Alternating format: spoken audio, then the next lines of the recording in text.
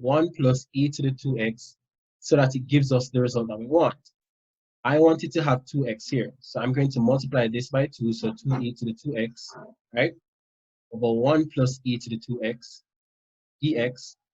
But when I multiply by 2, I've actually doubled the value of the expression. I don't want the value of the expression to change. So if I'm multiplying by 2, I need to also do the opposite of multiplying, which is to divide by 2. So what I do, multiply by 2 inside, on the outside, I divide by 2, right? So what we do, multiply by 2 and divide by 2 at the same time, you haven't changed the value. So what you realize now is that this portion here actually represents our function f prime of x over f of x. So this integral now is going to be equal to a half ln mod of the denominator, which is 1 plus e to the 2x, cool? Then I'm going to have my plus c here. So again, if you have the differential in the numerator, but it's not the full differential, manipulate the expression. So we wanted 2e to the x, multiply this by 2, to ensure that the value is, or the value or the expression is the same, I have to divide by 2 as well. All right, so that's your first example as to how you can manipulate it. I have one more example in store that you can manipulate. Ready? So let's try this one.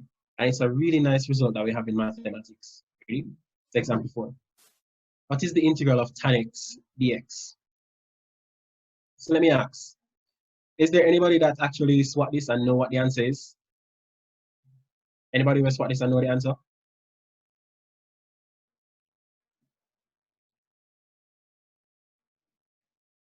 Anybody at all? All right, so I guess no. All right, there's no problem, man. It can actually always be the right. So it's a learning experience, nothing to worry about. Ready? So if you remember, probably not, that tan x, what is tan x equal to? Tan x is equal to sin x over cosine x, don't it? All right. So we can substitute that. So it is the integral of sin x over cosine x dx. All right. So, ready. Here now, let's mix. So when I do this, what's going to happen? We know that the denominator is going to be our function. So I'm going to let f of x equal cosine x.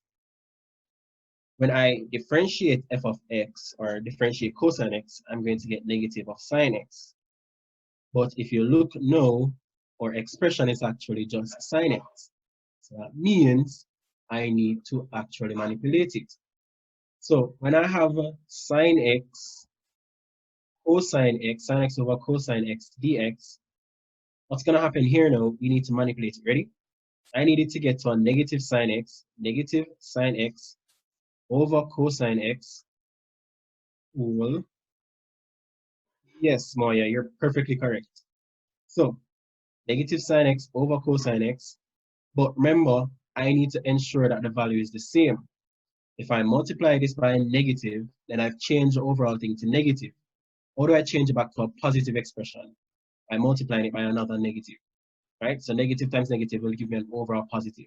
Remember, what we're doing here is manipulating it so that we can actually get something we can integrate by using the result. So when I do that, no, ready? Negative at the front, so I put it as it is. This is a function f of x. This is its differential in the numerator. Whenever that is the case, it gives me ln mod of f of x. Well, not f of x here, but ln mod of cosine x. Cool, then I'm going to have plus c. In some textbooks, what you'll see is that they carry the negative one up top here, because remember you can do that with logarithms.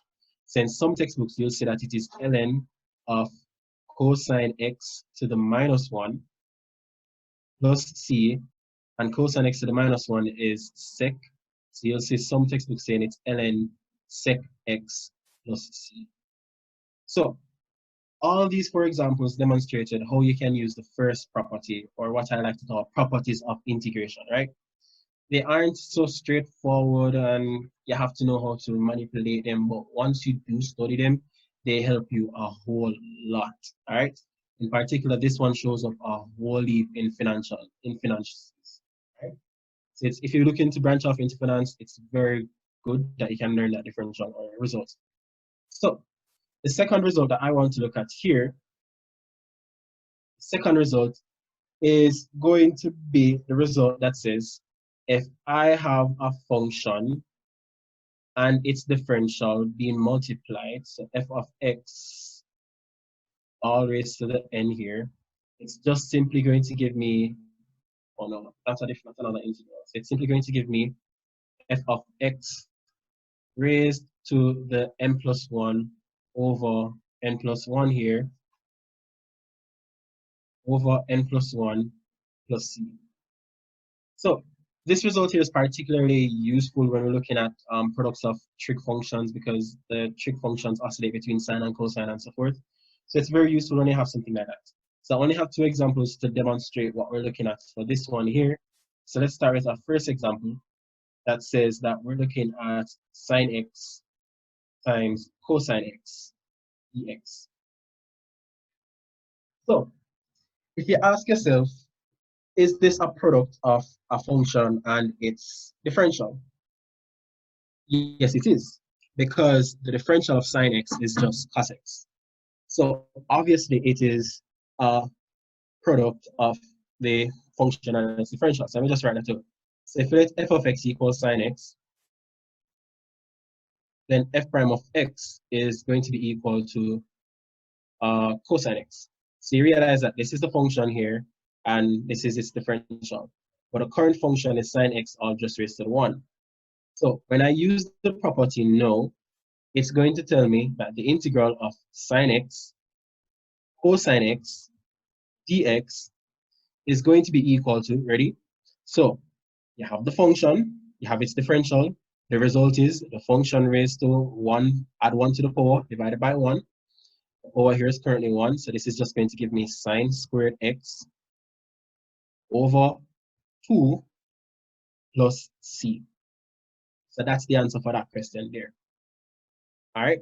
So again, the property says that if you have a function raised to a power times the differential of that function, then the answer is the function raised to a power plus 1 divided by the power plus 1 plus a c.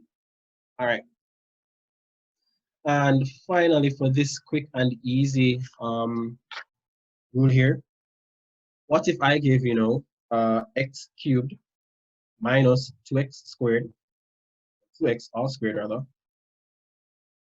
times 3x squared minus 2 dx. Now, what you're going to do, whenever you have a power, you could possibly expand this and do a bag of stuff, but guess what? It could give you a whole heap of time to figure it out. But there's a shortcut. If you realize that this here is raised to a power of 2 and this is raised to a power of 1, then 1 is a differential or something, right? So let's see. This is x cubed and this is 3x squared. So if you realize this here is the differential of what's over here, so I'm going to let f of x be equal to x cubed minus 2x. When I differentiate that, it's going to give me that it is 3x squared minus 2. You now realize that this is the function raised to a power multiplied by its differential. So whenever we get that in mathematics, we know that the result is going to give us the function raised to the power plus 1 divided by the power plus 1 plus c.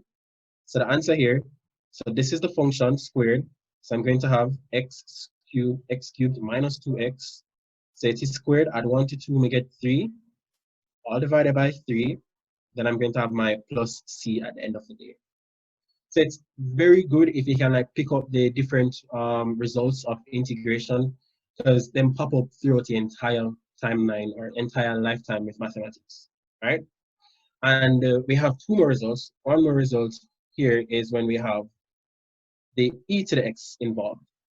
So the result here now says that if I have the integral of a function, the differential of a function times e to the function up top here, dx, the answer is just going to give me e to the f of x whole plus c. Now, this would work because if I'm integrating the function here, f of x, I'd integrate it, I'd get back e, and then I'd divide by the differential of the inside function. And when I do that now, I just divide by f prime of x, and they would cancel each other. But that's a more rigorous proof that you don't need to pay attention to. Once you know the result, then you're very much okay, right? So let's look at an example here for this particular result. So an example that we can use for this result here is, what if I asked you, what is the integral of, say, 2x e to the minus x squared ex? So the function is always what's in the power of e, right? So when I do that, I'm going to have that f of x is equal to minus x squared. Now, this tells me that I'm going to have f prime of x is equal to minus 2x. So if you realize, it doesn't currently fit the profile, right? Because it has to be the differential times something, right? So I have to manipulate it. So when I manipulate now, I need a minus 2x. So I'm just going to put a minus 2x there. But if I put a minus 2x, then it changes the sign. So I need to also multiply by negative as well. However, when I do that, it changes it back. So here now, I'll have e to the minus x squared dx. Now, this here is the derivative times e to the function. And remember, the result says that it's just e to the fx plus c. Remember, you have a negative outside. So this is just going to give me a negative e to the minus x squared. Then I'm going to have my plus c on top here. All right. So that was an easy example. Cool. Nothing too hard yet. Let's try this one. So let's try another example. Example here. Ready? So what if I gave you, what is the integral of e to the root x over the root of x? Ex. So an approach to a question like this, ready, would be that I'm going to write it up here. So I'm going to have 1 over the root of x times e to the root of x, right? So let's write it like that as a product so you can actually see the rule being applied. So obviously, I'm going to let f of x equal to the root x here. Cool. And then when I differentiate, let me just write this so you can actually see it. So it's x to the half. When I differentiate it, it's going to be a half times x to the minus a half, because you subtract 1 from the 4. And when you do that, you get that it's 1 over 2 root x. All right. Now, I have 1 over 2 root x, don't it? But what you realize that we have here, so this is just 1 over root x. So what we need to do now with this again, we need to manipulate it. So when I manipulate it again, I'm going to have 1 over root x. Cool. Now, to get the 2 in the denominator, right, I'm going to have to multiply by a half. So I'm going to have a half down here. Cool. But if I'm multiplying by a half, to cancel that effect, I'm going to have to multiply by 2 to ensure that the value is the same.